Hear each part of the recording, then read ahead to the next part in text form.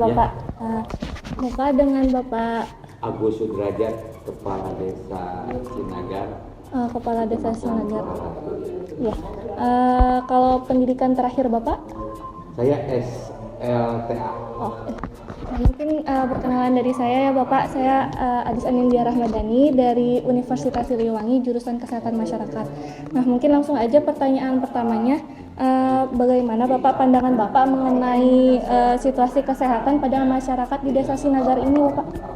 Tentang pandangan tentang kesehatan di Desa Sinagar, alhamdulillah sekarang kan dengan adanya pelayanan posyandu, pos pelayanan terpadu, alhamdulillah kaitan dengan masyarakat dari mulai balita, baduta sampai lansia itu alhamdulillah sekarang udah bisa dilayani melalui posyandu yang ada di wilayah Desa Sinagar. Kalau masalah kesehatan yang paling sering muncul di Desa Sinagar ini apa ya Bapak? Ya sekarang ini kesehatan tentang masalah gizi, gizi. Gitu. Jadi gizi kan memang gini. Sebenarnya kan sekarang juga memang kaitan dengan stunting kan alhamdulillah nih ya sekarang dengan adanya kita terus mengapresiasi, kita terus sering memberikan sosialisasi tentang kesehatan.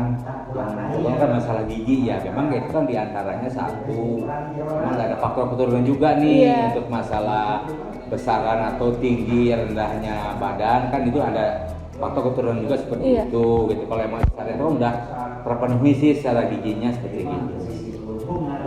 Kalau untuk strategi mengatasi masalah itu apa ya Bapak? Kayak strategi untuk mengatasi masalah tersebut kami sering sosialisasi dan sosialisasi dengan para orang tua, terutama yang di pelayanan posyandu kami sering memberikan inovasi atau arahan gimana caranya dalam arti satu masyarakat itu berpola hidup sehat. Berpola hidup sehat. Itu biasanya dari puskesmas atau dari desa ini yang mengadakan penyuluhannya itu, Pak? Penyuluhannya itu diantaranya ada juga kami suka didampingi para petugas terutama dari bidan desa. Bidan desa. Bidan desanya ada, terus peran serta dari ahli gizi juga, dari puskesmas juga ada. Berarti programnya itu tadi penyuluhannya Bapak. Selain penyuluhan ada lagi nggak Bapak? Penyuluhan juga ada, kita juga dalam arti gini di masing-masing posyandu juga dalam arti kita memberi apresiasi juga kepada para orang tua yang memang benar-benar bisa proaktif dalam kegiatan posyandu tersebut seperti itu. Kalau tantangan atau kendala yang dihadapi dalam mengatasi masalah tersebut apa Pak? Tantangannya dari para orang tua tersebut terkadang ada kesan suka males, dari ada orang tuanya yang punya kendaraan, orang tuanya nggak bisa pakai motor, terkadang ada yang mau nganternya ada kegiatan lain seperti itu aja, tantangannya yang ada gitu. Berarti suka sibuk ya Bapak, kendala transportasi juga. Iya. Kalau keterlibatan masyarakat di Desa Sinagar ini dalam masalah kesehatan itu udah aktif atau belum ya Bapak kayak? Aktif alhamdulillah.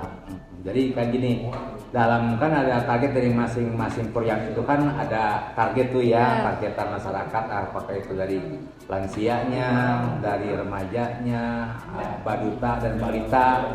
Jadi memang udah alhamdulillah sih dalam arti kita proaktifnya kan kisaran di 80% tingkat partisipasinya untuk kesehatan.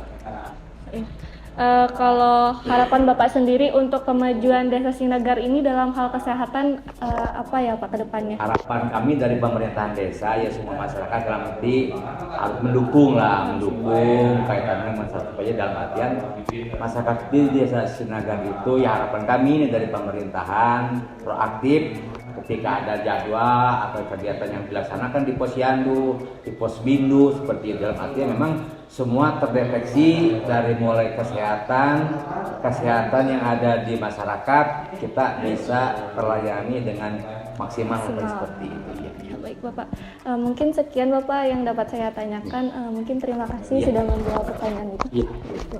Terima kasih Bapak. Saya dari Universitas Siliwangi, jurusan Kesehatan Masyarakat. Nama saya Adis Anindya Rahmadani. Halo Bapak. Saya Pak Khawarik, selaku sekretaris desa. Kalau pendidikan terakhirnya Bapak? Pendidikan terakhir SLTA. SLTA. Mungkin langsung aja ya Pak ke pertanyaan pertama. Bagaimana pandangan Bapak mengenai situasi kesehatan pada masyarakat di Sukaratu ini Pak? Menurut pemerintahan Desa Sukaratu, masalah kesehatan yang ada di Desa Sukaratu, masyarakat itu belum seluruhnya menyadari tentang pentingnya itu kesehatan. Itu satu.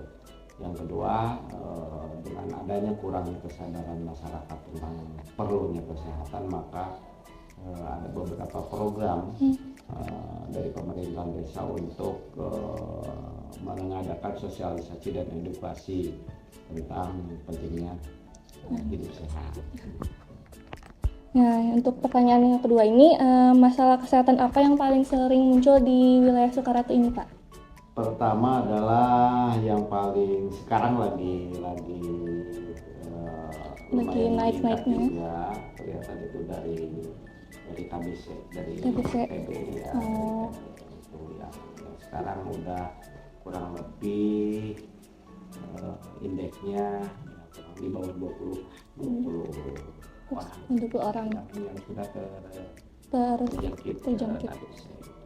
Itu yang penyakit menular itu pun sama dengan adanya perkembangan penyakit menular itu, maka pemerintah desa juga sama mengadakan sosialisasi pencegahan untuk penyakit menular. Berarti udah ada penyuluhan juga ke masyarakatnya ya Pak ya. Untuk yang ketiga ini, strategi dalam mengatasi permasalahan tersebut berarti yang tadi penyuluhan itu ya Pak ya? Salah satunya kita mengadakan edukasi, sosialisasi, penyuluhan di tingkat desa yang mana nanti akan kita selenggarakan ya mungkin di pertengahan November, karena kita memang menganggarkan itu karena melihat perkembangan di antaranya perkembangan penyakit menular di antaranya TBC. Nah, makanya kita mengadakan program ATM. Ya, ATM itu adalah memang penyakit-penyakit yang sangat menular. ATM itu adalah AIDS, tuberkulosis. Dan M-nya adalah malaria. Oh, malaria. Malaria. Berarti kalau penyuluhan itu berarti dari pihak puskesmas yang mengadakan atau dari pihak dari pemerintah desa? Dari pemerintah desa. Itu secara langsung oleh pemerintah desa karena itu udah merupakan mandat dari presiden yang berdasarkan Perpres nomor 2.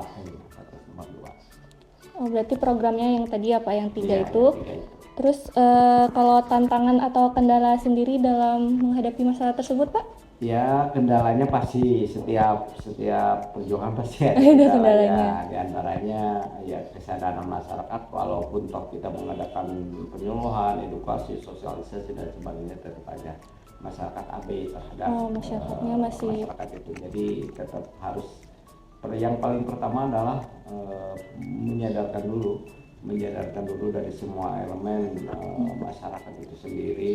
Jadi bukan hanya pemerintahan desa untuk mengadakan sosialisasi tentang penyakit-penyakit menular ataupun tentang hidup sehat, tetapi semua elemen dari mulai unsur agama atau masyarakat dan sebagainya, supaya ya barangkali nanti kalau tokoh agama mungkin di pengajian gitu ya tentang ada dopatu mina iman gitu ya, seperti itulah. Iya Bapak.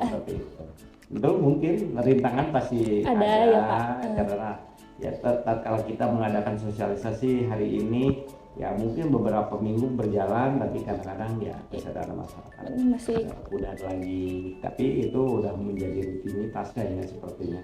Rutinitas selagi masyarakat belum betul-betul menyadari tentang pentingnya hidup sehat, mungkin pemerintah desa selama itu akan terus menganggarkan kegiatan penyuluhan dan sosialisasi tersebut. Nah, untuk pertanyaan selanjutnya mungkin keterlibatan masyarakat dalam upaya mencegah ini meningkatkan kesehatan lingkungan ini masih kurang ya Pak? Iya, itu diantaranya. Ya, makanya keterlibatan elemen tadi, keterlibatan elemen masyarakat untuk ikut mensosialisasikan, ikut mengedukasi semua yang ada di lingkungannya masyarakat, termasuk RT, RW dan tokoh masyarakat lainnya. Nah, di antaranya kita juga sering kita pasang jangan buang sampah. Benar ya Bapak. Masih pasang tapi masih tetap kan buang sampah. Yang penting belawang mereka mana gitu ya. Kalau untuk kadernya sendiri di sini aktif nggak Bapak? Kadernya alhamdulillah semua aktif, karena dari kita ada 9 posyandu, dan posyandunya pun para kadernya pun Cukup aktif ya Pak? aktif. Selain aktif juga ya kita bekali juga tentang peningkatan kapasitasnya. Jadi ya diantaranya itulah, karena setiap posyandu itu kan ada penimbangan bayi, ada bayi tinggi sama bayi dan sebagainya. Terutama kan kita sekarang lagi gencar-gencarnya bukan pemberantasan sebenarnya, penanggulangan stunting. Stunting ya Bapak, gitu yang ya, lagi yang fokusnya. fokus ke situ. Oh. Dan lagi. Untuk Posbindu sendiri ada? Posbindu itu pasti ada. Setiap ada posyandu pasti ada Posbindu. posbindunya. Untuk lansianya juga ada ya Pak? Lansia termasuk di dalamnya posyandu itu bukan hanya dalam menangani balita saja, tetapi diantaranya salah satunya ya Buat ngecek kadar gula orang-orang yang darah. sudah lanjut usia, itu lansia termasuk. Itu kadar gula darah, tensi Ya, gitu ya Pak? diantaranya itu termasuk gitu. Mungkin yang terakhir ya Bapak, Ya, boleh. harapan Bapak terkait kesehatan masyarakat di Sukaratu ini bagaimana ke depannya Ya, Bapak? pasti harapannya setiap kita menganggarkan ataupun mengadakan kegiatan-kegiatan tentang penyuluhan kesehatan, ya, harapan kami ya masyarakat juga ikut menyadari Berpartisipasi. tentang pentingnya kesehatan.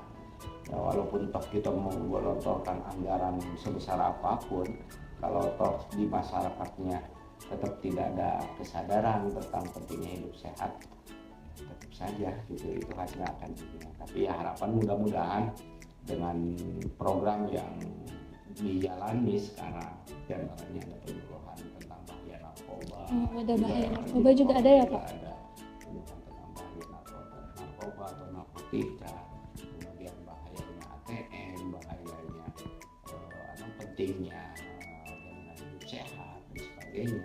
Itu kita anggarkan untuk ya masyarakat biar meningkat kesadarannya bahwa memang hidup sehat itu Penting ya Bapak. Mungkin segitu aja ya Pak. Ya, terima kasih. Baik. Terima kasih Bapak sudah bersedia untuk diwawancarai. Mungkin sekian. Terima kasih Bapak. Sama-sama. Ya.